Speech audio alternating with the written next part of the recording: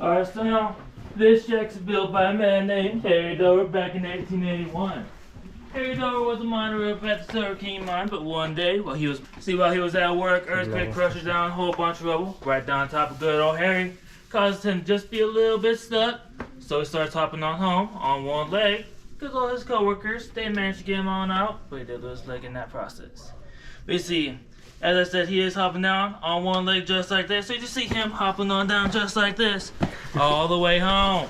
And now, Harry Dover calls out to his son, tells him to give him a nice strong piece of wood, but let's just say his son is just a little bit dumb inside the head. Now his son comes back home with just a little dinky piece of wood, causing Harry Dover, when he makes himself a peg leg, just to be a little bit short. So you got Harry Dover just leaning on over like this, one super long leg and one super short one. So we just see him just like all over the place. And now, come on up in here. Now this is where you might feel a little bit different.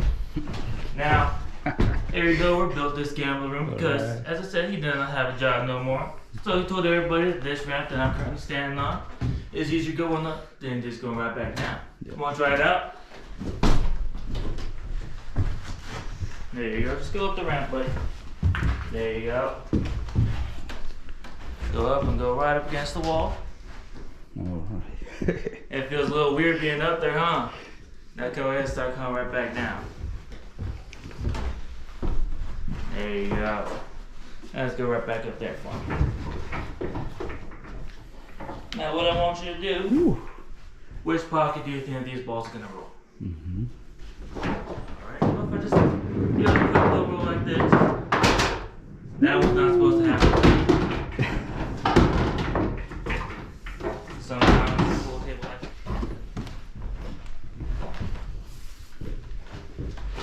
So now in this room we have the room of Eileen Dover. Eileen Dover, she had this very special broomstick. She would put it up in just a little way like this, to where it would just stand up on its own, just like that.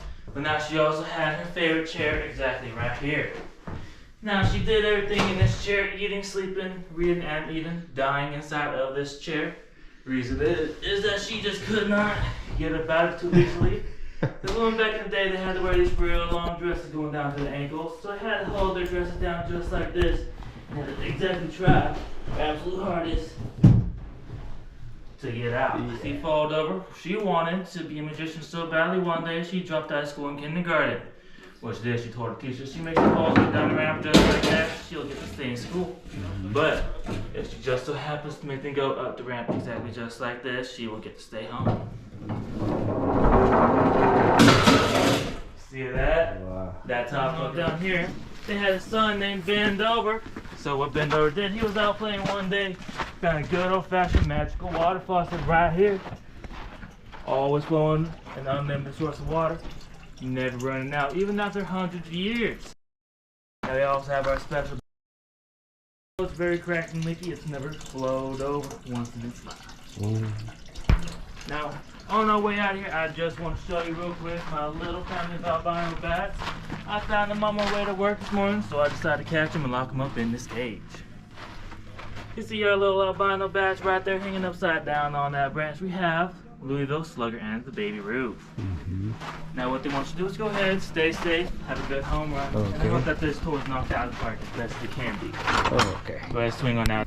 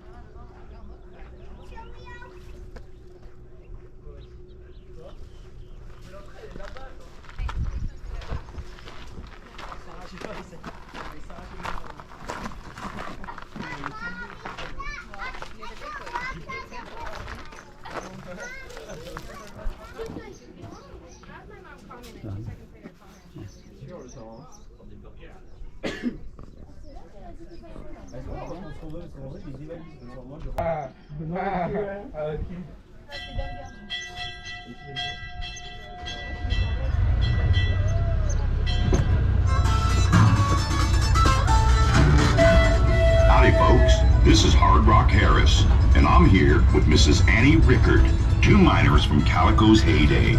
We would like to welcome you aboard the Calico and Odessa Railroad. Howdy there, folks.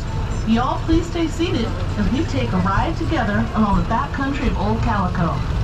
As we go around this first curve, notice the miners' cabins built along the canyon walls. As crude as they appear, they were ideal for protecting us from the hot summers and cold winters here at Calico, and perfect for the independent types who like to fend for themselves. Of course, many miners stayed in boarding houses, mainly for modern conveniences, like home cooking. A tradition that continues to this day.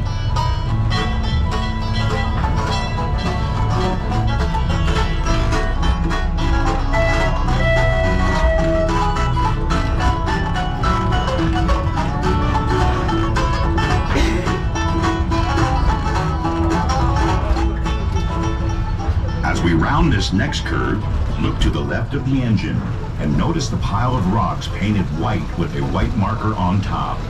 This including well-known towns such as Virginia City, Bodie.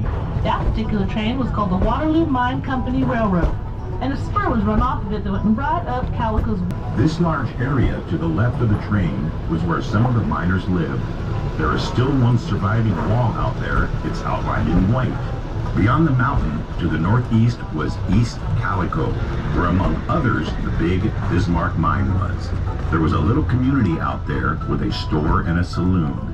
The Stacy brothers carried mail the mile and a half between Bismarck and Calico, even training their dog Dorsey to do it for them. To that crossbar, we had to walk round and round, which caused the steel ball to drag over and crush the ore before it was taken to a processing mill.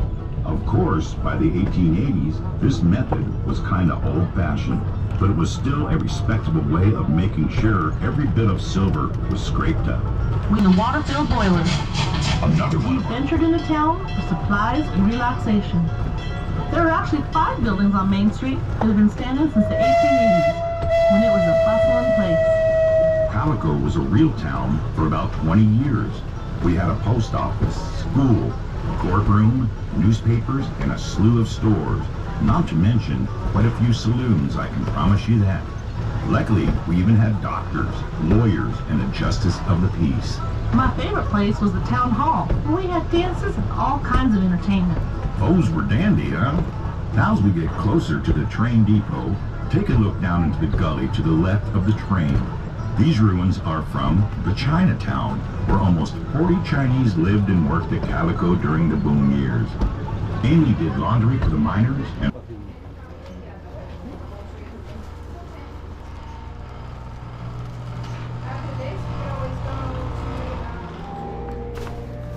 Howdy, folks, and welcome to the Maggie Mine, one of the most historic in Southern California.